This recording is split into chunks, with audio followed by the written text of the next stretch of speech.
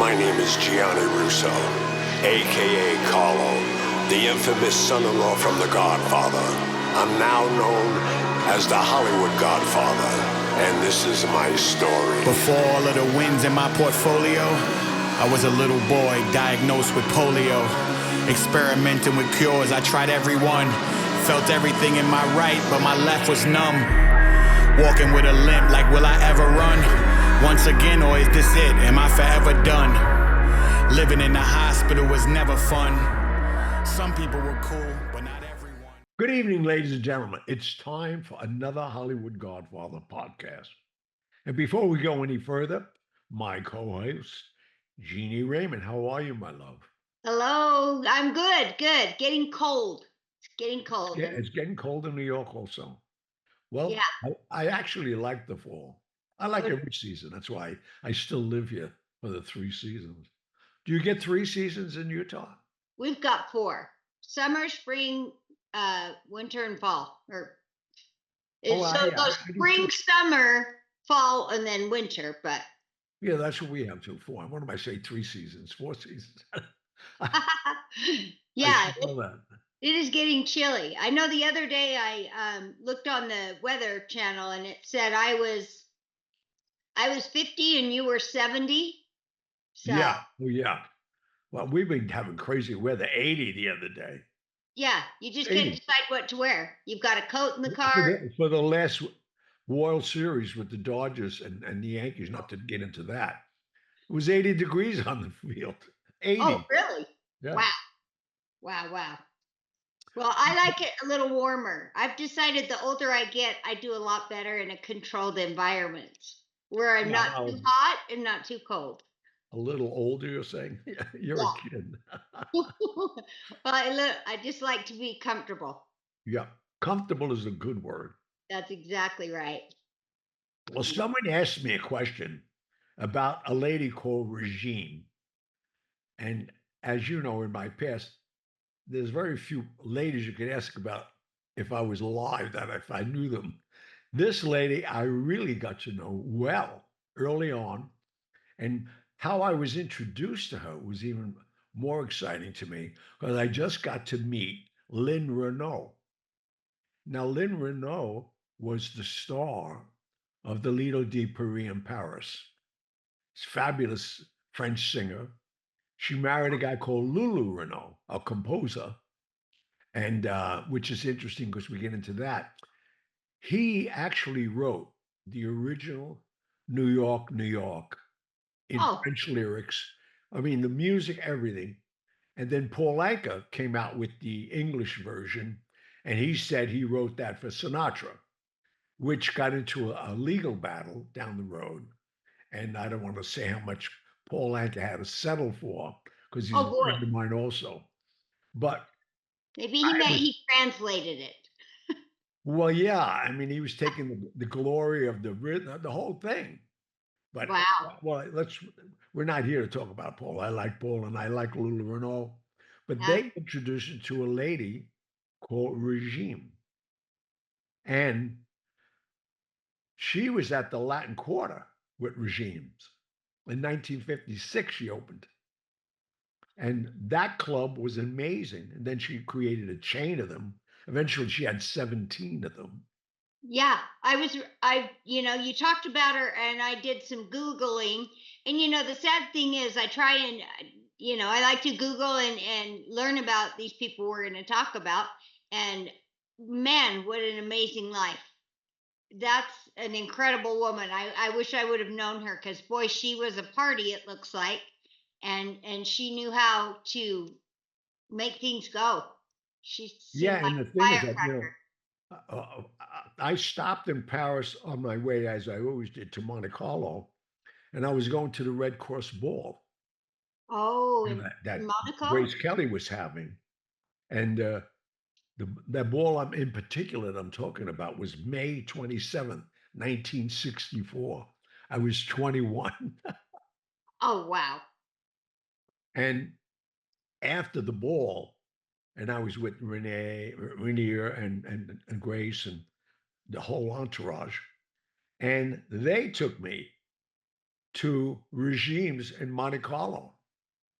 So you can imagine, I got an introduction from Lynn Renault in Paris. In Monaco, I get an introduction to regime in at the Red Cross Ball with Princess Grace, who a friend, and I actually knew Princess Grace. I used to kid Prince Rainier that I knew her longer than he did, and I did. Wow.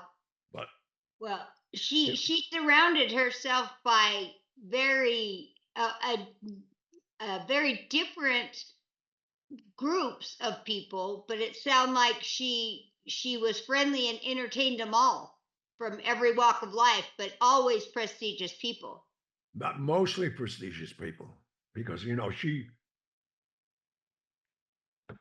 first of all, her clubs were not cheap, and to become a member or get on the list, it's like being who's who, which was smart by her part because geographically, I followed her geographically and chronologically as I got old. I went to every one of her clubs. It was so much fun.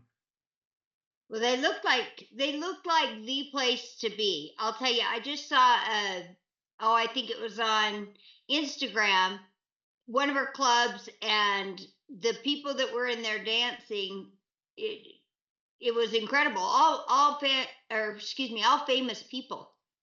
Oh Uh, my God, yeah. yeah, absolutely beautiful people in there, and they were just acting. You know, they were having their normal life as normal people, not movie stars. They were just having a ball and dancing. The interesting time at that time, you had your privacy yet, even if you were out socially, because not everybody had a camera in their hand. Nobody Right. had portable phones. So, it was a great time to go let your hair down and be yourself. And I'm talking about, like you mentioned, Liz Taylor. There's that one star that I could say throughout her club chain. Even in New York, when she opened in Delmonico's on 59th Street and Park Right. Avenue, which is 2 blocks from my house. Now you can Oh, imagine, anytime I wanted to go, I went down there. I was like the king of New York anyway because of Costello. But to meet, like you pointed out, Richard Burton, these people when they were in town, wherever they had dinner earlier, you did wind up in regimes. And she had 4 o'clock licenses before anybody had them. So it was the place to be. what's a 4 o'clock license? Well, New York liquor has to close at 2. Okay. See, Monaco, all that goes, you want to go 24/7, you can. Even Vegas, I could operate 24/7 if I wanted to. But the states have liquor license, like New York was at 2 o'clock. So Okay. it was a place to be and be seen, like I said. But, Well, I'll tell you. Oh, it was Sophia Loren. Was oh just my God. dancing away. Oh, she was. It was so cute. And like you said, let your hair down and just where they could go out and enjoy their friends, or your friends, without the public clamoring at them and trying to interrupt them or bother them. They were just having fun. And I thought you could see it in the way the crowd they were dancing and just having a ball. It was really cute. In fact, I sent it to you on Instagram, I think. It was just real cute. No, it's crazy. And, it's to me, to again be in her clubs everywhere. It was insane for me. But and Renee herself, did a couple of motion pictures. I didn't even know that until Well, I did some history on it. Did you know that? yeah, no, I didn't. I was looking. They had a lot of music videos of her that were it just was wild. I've never heard of her, but I'll tell you what. Look her up on Instagram, and she was one popular lady. And there was all these, especially with her passing in 22, that there were so many people just sending, throwing things up on Instagram that tells you a lot about her life and the pictures and what there's one picture now, I don't know if it was just for fun picture, but my guess was it was probably for real. She was sitting on a couch with both of her feet in ice buckets and her high heels kicked to the side. It might have been an advertisement or something, but I thought, oh, that's awesome. But believe me, but she would do that though, Oh, I'll bet she would. because I mean, the women would, and everybody. I did my research early on. Nobody understood where she got this money. She borrowed the money from a very affluent insurance company in Paris. They lent her $500,000. She started this whole thing with $500,000. And she was very clever with her leases, like even with Delmonico's. He was paying the rent, but like most restaurants, at 11 or 12 o'clock, his clientele would leave. Oh, sure. So at 12 o'clock, she would take the portion of the restaurant and open a club. So all they do is go into another room. Oh man, she seems, anything I've seen of her is what a smart businesswoman. Oh my You God. know, Yeah. she was savvy and certainly made something of herself. I was listening to, and I had to Google it. It said as a child she was hiding from the Nazis most of the time, and Yeah, this because she was Jewish. right. The thing I thought was incredible, it said she after the war she sold brass in the streets. And I thought of you selling pens, Oh you know. yeah. I was like, "Oh my gosh." But man, she did a little of everything. She made clothes, she had stuff in Bloomingdale's, she sang and had these clubs that were the Well, the biggest hits clothing in line town. you're talking about was called Zoa. The what? It was called ZOA, Zoa. Oh And wow. after doing the clothing line, she created a fragrance line for it. I mean, the woman was like, oh, Unstoppable. but What an influence. it was always in a situation where she would do spontaneous fashion shows in a club with her clothing. And all those people became her customers. She was, I Yeah. think, brilliant, brilliant as far as Well, what the she one did. thing, yeah, the one thing it said was her clothes were stuff that didn't wrinkle, so you could pack it to go Right. from place to place. And I mean, that's a big deal. Just going coming to California, I was thinking, oh man, am I going to have to get a steamer? Will the room have an iron? Just Right. so No. you're going to be able to get by. But man, she thought of everything and made a big hit out of everything she did, from what I saw. The fun thing I saw that she did, she played a madam, a brothel, Yeah. in the 7% Solution. That movie was a big movie. That was Laurence Olivier, Oh wow. Vanessa Redgraves. She Oh had a my gosh. co-starring part in that movie. She did 3 movies. Nobody even knew that about her. Tell me the name of that last one. Yeah, the name of the movie was 7% Solution, All right. I and always like to find starring Laurence Olivier and Vanessa Redgrave. wow, those are big names. No, and not only that, she did a concert in Carnegie Hall singing. She had a very unique voice. Oh yeah, I mean, very Exactly. saloonish. That was wait, did you say saloonish? Yeah, Oh, from being exactly. from She being out all night smoking and drinking. That's the voice she had. had well, seemed to work for her. The name of the play you like to was Parisian Robin. Now I don't know what that meant. Parisian Robin. That was in Carnegie Hall in New York. I couldn't believe it. Wow. She was very well rounded, and it sounds like took advantage of every opportunity that she could. One She of just my closest friends still alive, fortunately. He's 92. wow. He created a club in the 50s, a restaurant in Miami Beach called The Forge. Oh, He in the Miami Herald, he and Joe's Stone Crab is the longest running restaurants in Miami yet.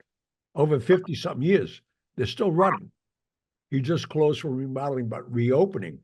So wow. we were all the Red Cross Ball a couple of times. We met Regime.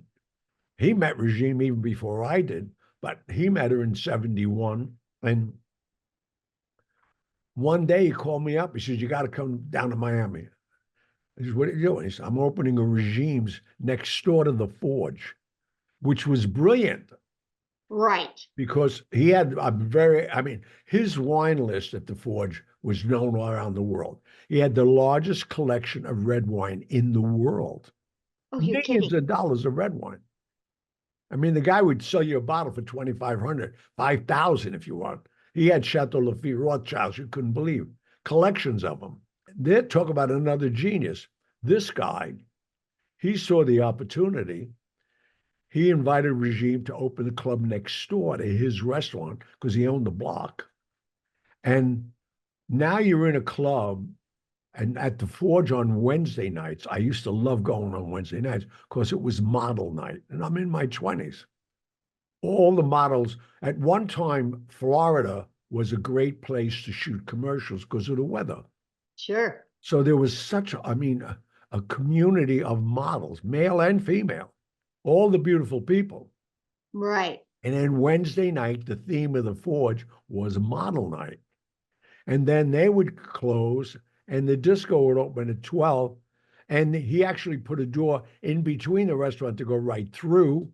So, which was brilliant because the maitre d' from there knew already you were customers of his next door rather than being on line outside like the other Oh, peasants trying to get in. right. Well, I saw something where she was opening Chez Regine, and for 3 months before, she had put a sign out in front that said disco full. So I that know. people were thinking it was, oh my gosh, we can't get into it. I thought that was hilarious, ingenious. But you know what's so funny? When I opened State Street, I stole that idea from her because I I love had a collection, maybe 15, 20 exotic cars. So I put them all on the street. I had my doorman, and we did 2 weeks of training.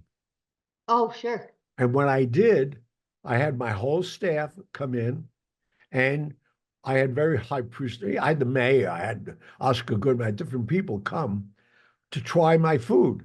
So people saw people trickling in, but it was always sold out. So when you went to the doorman, you said, "Sorry, it's sold out." And it got to be a buzz Right. that, They want to get didn't in. know about this place. It's sold out.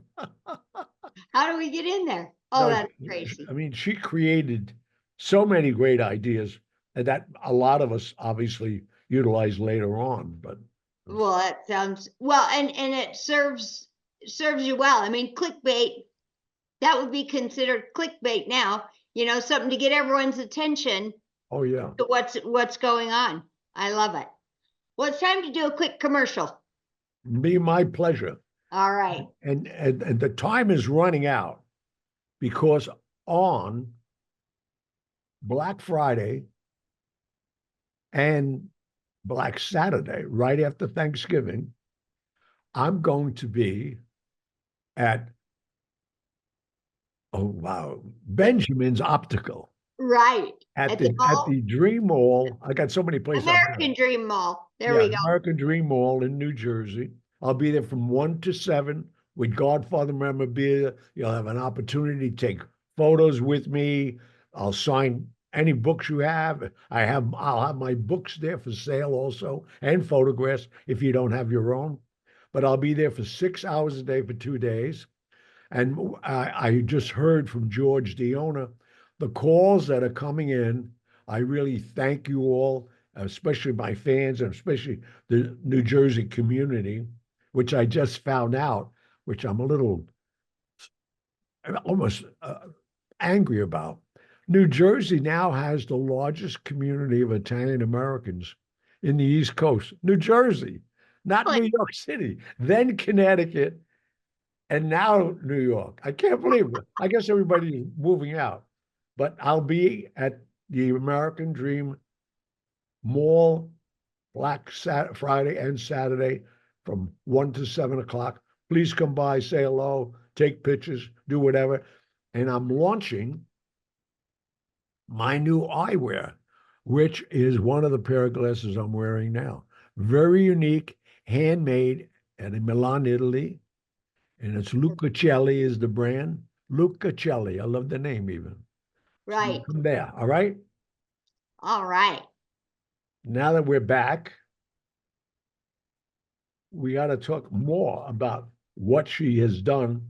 And I mean, like the opening night at the Forge, you couldn't believe it. The lines outside when she opened Regimes. And you got one thing about her, she'd come and support all these openings. Everybody wanted to meet her. She was like, a legend. Yeah. Well, it sounds like she was well, they said they credit her for the discotheques coming around, and I thought, boy, what a fun time. Well, she did give I mean, she opened it up to the elite. And you know how that is. I mean, I had a club on Staten Island, no less, called the Dream Lounge many, many years ago, but it wasn't like that. I'm talking about elegance, people dressed black tie even. I mean, Wow. no, I mean, she had a flair about it, and people wanted to be around her because you never knew, like you said. I couldn't believe one night I looked at the table next to me, Jackie Gleason was in there. And Oh, that wow. guy, he had such a career of his own in New York at that time. But to see him with his wife, that's the kind of place it was. It Right. wasn't bimbos, it was elite, like you said, Sophia Loren. I mean, you name them, Elizabeth Taylor, Richard Burton. It was insane times, but it's she had to run everywhere, and it's crazy. Now, do any of her clubs still exist under different names or anything like that you know of? That's a good question. I don't think so because she died in 22, right? 2022 at 91 or 92 years of age. Yeah. And I don't know if she had siblings or not, or And children. one son from what I saw, with her first marriage when she was 16 years old, is Wow. said. Yeah.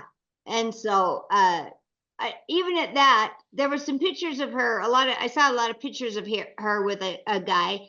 That could have been her son because he was in a lot of them, and it may not have been. But I thought, boy, with her lifestyle, being a parent is not easy. With Oh my your, God. I Well, don't know how you'd make time, but one of the that's funny. I've seen so many pictures of her in the past too. One of the pictures you'll see a lot of was of Sharif Malnik, which was funny because Al Malnik's son, okay. who I was at his bar mitzvah, and then he married one of the royal princes in Saudi Arabia, so he changed his name to Sharif. And Okay. he has an amazing son who's a prince, but he and Regime have been friends for 21 years prior to her dying. So they were, I Really? mean, he was enamored with her, and obviously he took over the Forge restaurant, and he was running it after Al wasn't going nightly anymore. Because Al and I, his father, when I met Malnick, Al Malnick, he opened the Penthouse on 79th Street Causeway in Miami. And I was this, young brash guy that had a lot of money. I opened La Disc, and I opened it with Sammy Davis Jr. and Liza Minnelli Oh right my, next to him. And we really became close even before I opened the club, Al and I. But that whole beach was a different time at that point. And when she came then, I mean, she just brought the elegance to it all of nightlife. I think that's the best way to say it. Yeah, like we all know discos, we've all been in them, but hers, you just wanted to go to see how the other side lived. The yeah. clothing, it was like a fashion show. And you never knew what star. I mean, if the star was in town, Sinatra would go. I mean, it's crazy because Wow. you heard about it and wanted to be there, But that's the kind of clientele she had. Well, we talked about that this a little bit earlier today. I was talking about how, back then everyone was beautifully dressed and coming in and minding their P's and Q's, you go out now and you're worried you're going to get stabbed or shot or something else, which I find so sad. But Yeah, it it's sounds to me like she ran a tight ship. And back in the day, people didn't go in looking for fights. They were going in to have a nice time, like it should be. that's a whole different social climate that was not even heard of Right. I love until, that. 10, 15 years later. And now, 10 to 15 years ago. I mean, you go to, I mean, you walk in my club and create a problem, you're not coming out. You're going out in the That was garbage can. proven. That was I mean, proven. that's what's different today. We Right. even you own a club, you don't have rights. How's that? I'm gonna let you come in and destroy my place? Forget about it. I don't know how people dare to do any of that stuff now, because if you don't let it, if you refuse somebody's service or you don't let them in, you're in trouble. If you let them in and there's a fight, then everybody's going to sue you. I mean, it's just come to such a sad state of affairs where people can't go out and have a good time, and if the people are trying to protect you or trying to keep peace in their place, then you're going to have somebody whining about something. But I miss the days where you could just go out, go dance for the night, and enjoy yourself without. See, I saw the transition because I've been out all my life. I'm talking about 60 years of nightlife. Right. Okay. But I think the cameras on the phones Oh. limited our privacy from now on.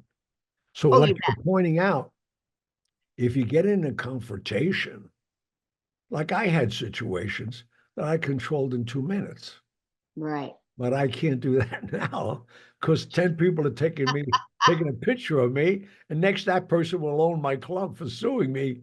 So it's when we start talking about rights and what changed our lifestyle. Like I Mhm. have my cousin Luigi from Naples has two of the most iconic class restaurants in New York City. Oh yeah. Scana Nutella, right here on 61st and Third Avenue, and then right down the block between Park and Lexington on 61st, it has Il Pistaio. But they don't get the second turn anymore. People Oh. are afraid to go out. So he Oh. has diners in there at 6:30 and 8:30, and 9 o'clock. You don't Time. even have bar business. Everybody's afraid to go out. Society has changed, and it's changed for the worst. Unfortunately, I don't want to get political. Right. All Well, these asylum seekers coming to our country right. destroyed us. Well, and people wanting to defund the police. I just always, when I hear that, I think, who are you going to call when you're in trouble? You know, Hello. everyone's like, oh, call 911. I'm like, you're the ones that didn't want the police. You wanted to defund those people. No, So, again, I don't want to get it. This is one thing exactly. you and I never did, and I Right. think I think people tune in because we don't talk about that. Oh, But no, no, no. I'm just, yes. oh No, no, I'm not. no, no, no, no. I That's just mean, a small you're part. saying what needs to be heard. I'm going to give you a great example of that. Talking about regimes, Hmm. regimes club in New York City. Once the mob found out about it, and I think I sent you a picture today. Yes, you did. I had the only picture, and he didn't know who took it. I have a picture of John Gotti waiting for his entourage to show up at regime. Now he had a whole corner. She loved him because every wannabe knew he was there, and he'd go every night. Oh, boy.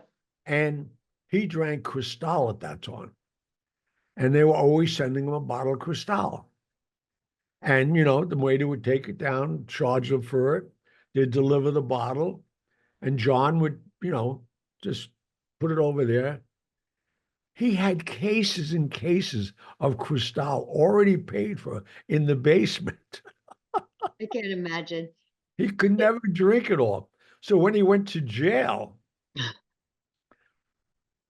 Regine called me. She says, "What should I do with all this alcohol?" I said, "What are you talking about?" She said, "I have cases and cases of Cristal." And at that time, she was getting like $250 a bottle. Oh, my word. as you're buying it for maybe $45. So the markup was great. I said, who knows it's there? She said, I do. I said, well, keep it that way. That's right. Yeah. Now you got a stash forever. Oh, Probably well, still drinking off those. That's but funny. again, seeing that transition, once he and the mob found a place, they were good for business only for a short term. Yeah, I would Because, imagine. they'd create an element. People were afraid to go. And I hate to say this, but, they were pretty rough on some people, even couples. They'd wait for the guy to go to the bathroom, and two guys would follow him in and tell him, Oh. you should leave. He said, what are you talking about? Well, don't go back into the room. He said, what are you talking about? My girlfriend's there. My wife is there. We said, don't go back into the room. This is what they were intimidating customers, and nobody knew why all of a sudden it was time to close regimes in New York, even. And Oh, no. it's sad to see. Right. Here we are now. I live in New York City. There's nowhere to go. There is no clubs in New York. Oh, really? In my life, I would never be able to say that.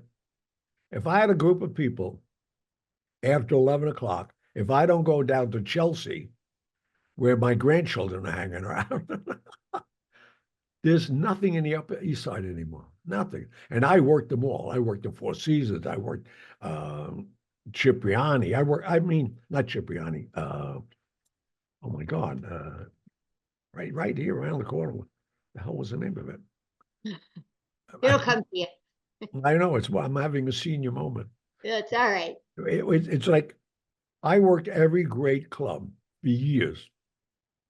Right on your block. Right around the neighborhood. Studio 54.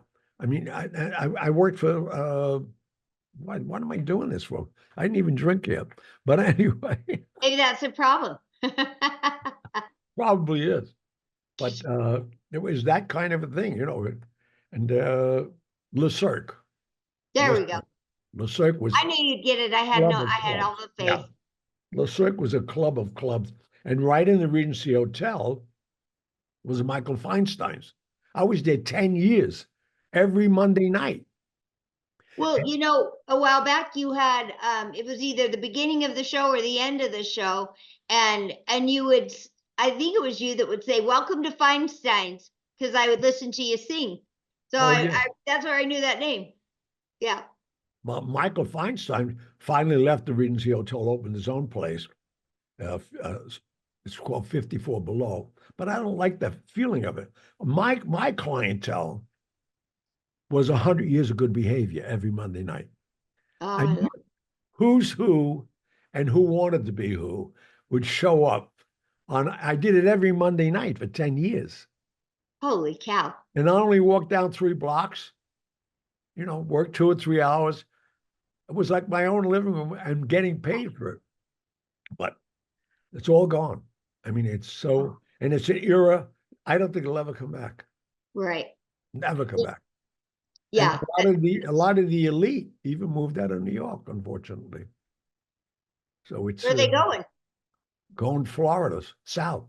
They're going where older people are, where there's no young, belligerent kids, ill-mannered, pushing them out of the way, and even worse things than that. Well, let's not get too negative, but. Right. No, it makes sense. Yeah, and it is sad because I heard someone just saying today, oh, I love New York. I'd like to go spend some time there. And then I think it's a little scary now. And like you said, if there's what's there to do, I'm sure there's plenty. But just the changes in the way it was that you've been there. Oh, my God. It was fabulous. And still is. I'm living here. Right. I'm hoping that, there'll be some changes made in the next year or two. I think we're going to start taking control of our streets again. And I'll be an advocate of that. Oh, sure. I just renewed all my gun permits. I'm definitely going to become an advocate. They deputized me. How nuts are they? They made me a deputy. Yeah. Well, let's take another commercial break. Absolutely. And we'll be right back. And we know where you live. Mr. Russo is probably the most interesting man I've ever sat with in my life. Unbelievable. Still unbelievable. I consider Gianni like Forrest Gump, right? The most interesting man on the planet. He has achieved so much in his life, and he has proven that time reveals the victorious. We're basically bringing Gianni Russo's life to rap music, if that makes any sense. You know, I'm painting a picture of this guy's life through rap music the best way that I know how. We're trying to encapsulate his life in segments, chapters if you want to call them that. And Gianni's story's crazy, but then Joel as an artist being able to articulate it, that's also crazy. Everything that you're hearing, this isn't a rapper that's making up something that he wished would have happened. These are things that have happened, that are documented, that you can check on, that you can Google. For you to hear about his life this way and to understand that these are facts and not fiction, you listen to it, you're gonna say, no one man could have lived this life. You have to say that. I've said that, I still say that. For me, it's very special because it's something that was never done before.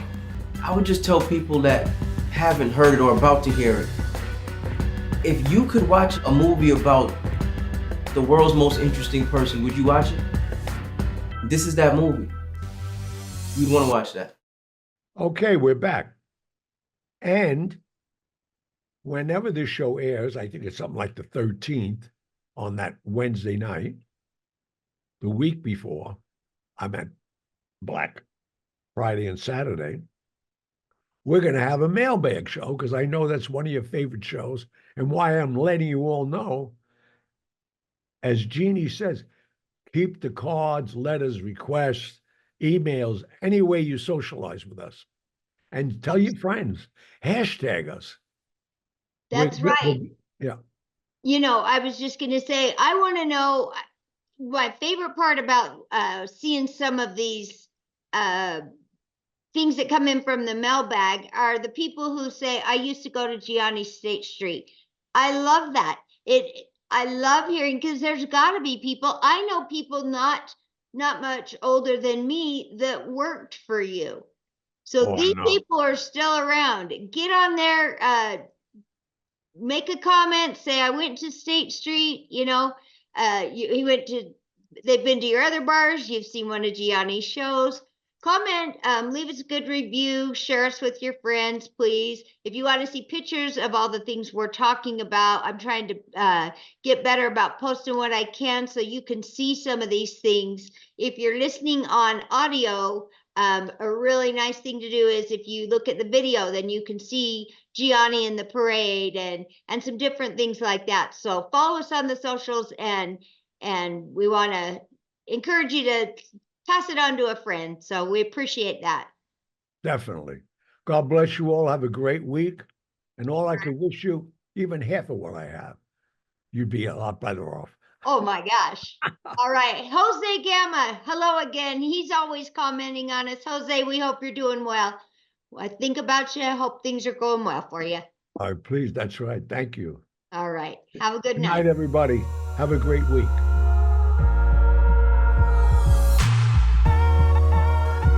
And that was that. But I'll be back.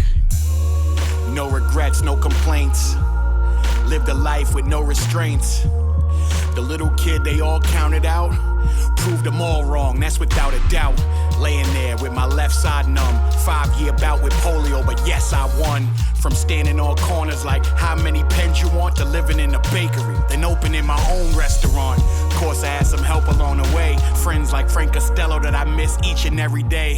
Things from many years ago still resonate.